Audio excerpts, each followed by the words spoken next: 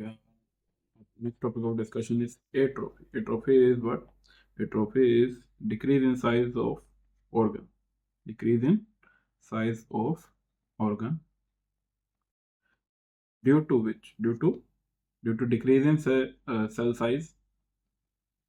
Hypertrophy was increase in cell size. In atrophy, we got decrease in cell size and also decrease in cell number. Due to these two, there will be overall decrease in size of the organ. This is the definition of atrophy. Now let us come to the mechanism how the atrophy occurs.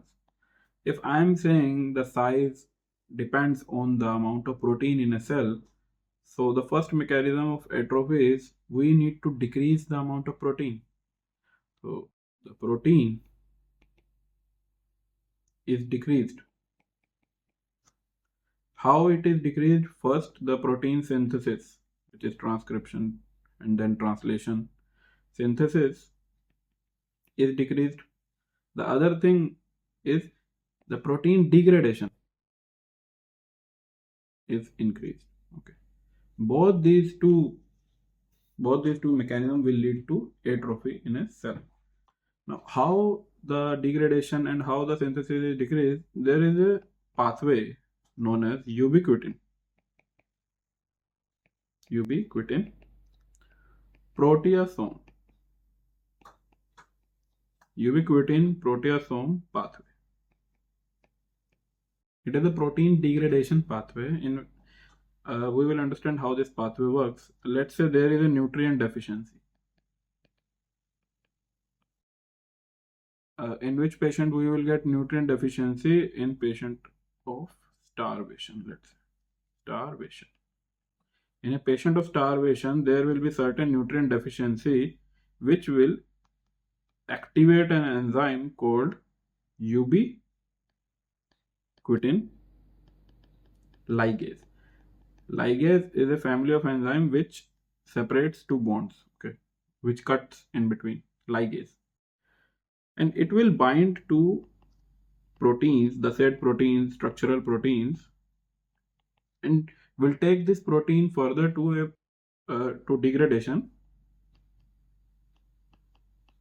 in proteasome. This is how the protein degradation occurs. Degradation of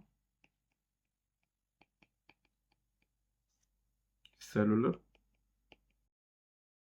proteins. This is how the degradation of cellular protein occurs. The important enzyme here is ubiquitin ligase, which binds to the protein and take it to the proteasome for the degradation. The other method of atrophy is when there is autophagy. Autophagy is another cellular adaptive response and corresponding to a type of cell injury.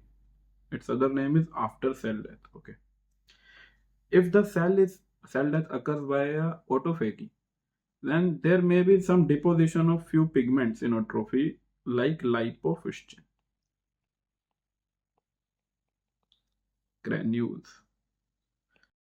If in a cell lipofuscin granules are present, it is hallmark for atrophy via autophagy. Okay.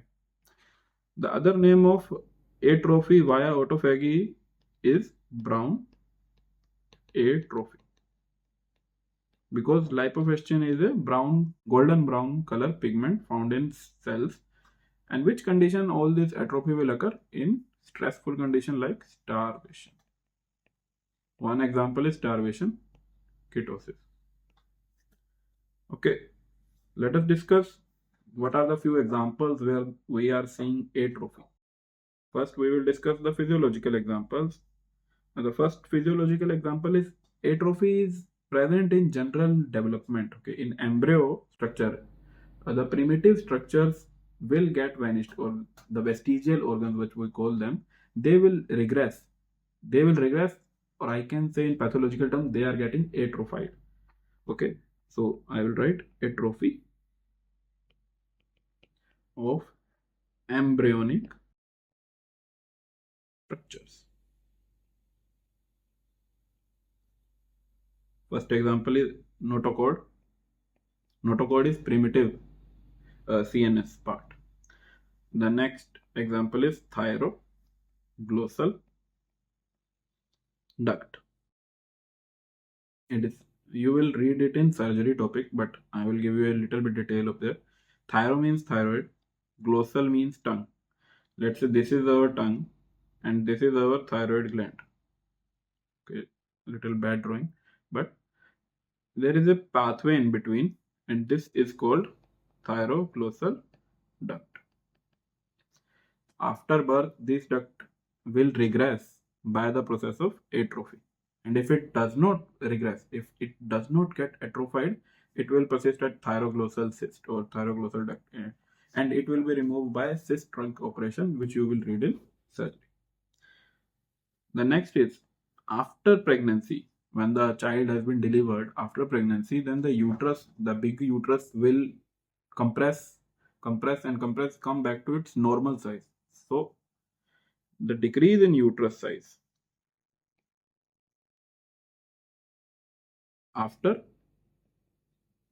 parturition is also an example of physiological example of atrophy. Now let us discuss in great detail about pathological example. If I don't use my any organ, it will get atrophied. Just remember this basic principle. The principle of disuse atrophy. If you do not use anything in your body, it will get vestigial. We don't use our appendix, it got vestigial. Okay. So the theory of disuse atrophy is when, let's say, you got into an accident and you are immobilized for 3 to 4 weeks. So there will always be a history of immobilization because you cannot move. So if you are not moving, your body cannot utilize those muscles which are made for moving. And if those muscles which are not moving, they will get atrophied. History of immobilization.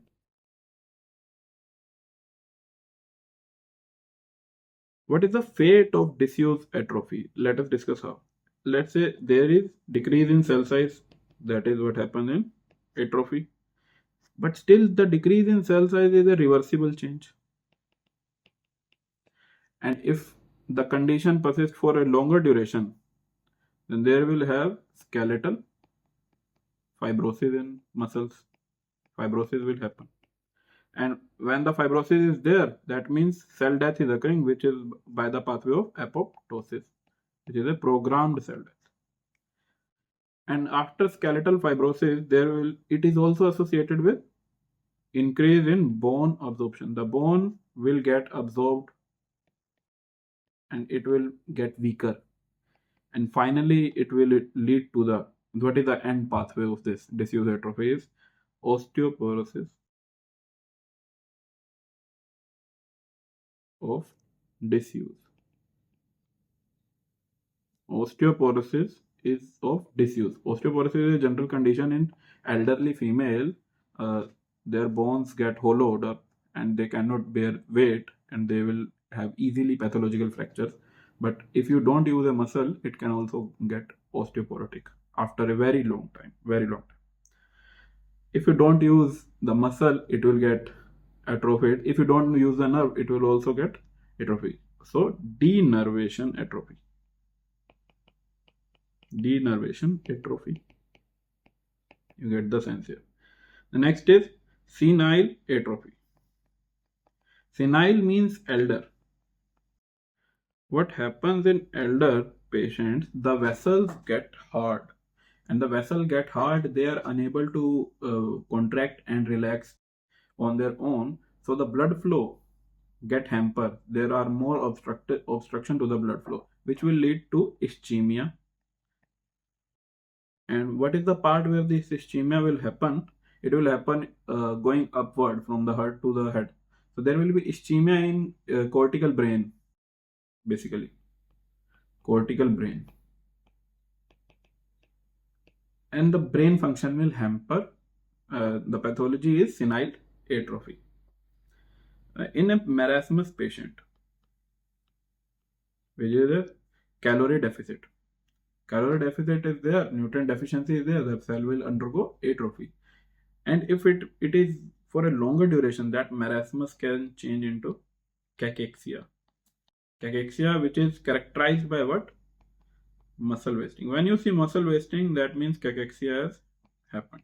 It can be uh, at the end point of marasmus, but there are many other causes to cause cachexia. Like in HIV patient, you can get this.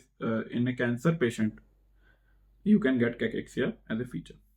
The next is in menopause. Let's say female hit menopause. That means all the hormonal supply is lost now. Now the endometrium will not proliferate and will get atrophied. And if another example you can guess from it is, if there is a tumor, let's say there is a benign tumor and it is applying some pressure on some normal tissue. If there is some pressure on the normal tissue here will get atrophied. It will not function as. So the name we give to this identity is pressure atrophy. These are the few examples mentioned in your standard text. You need to go through them once again.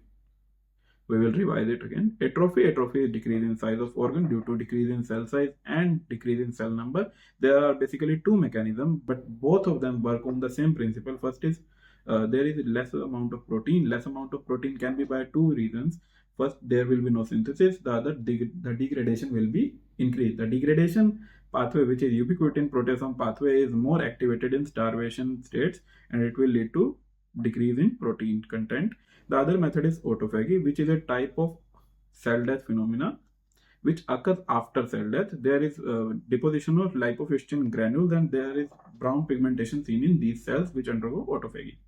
Physiological causes are embryonic structures can undergo atrophy, and after parturition, uterus. Disused atrophy, denervation atrophy, senile atrophy, marasmus and cachexia, endometrial atrophy in a menopausal female, and pressure atrophy in a patient with any kind of benign mass or tumor. Thank you for watching. I will see you in next clip.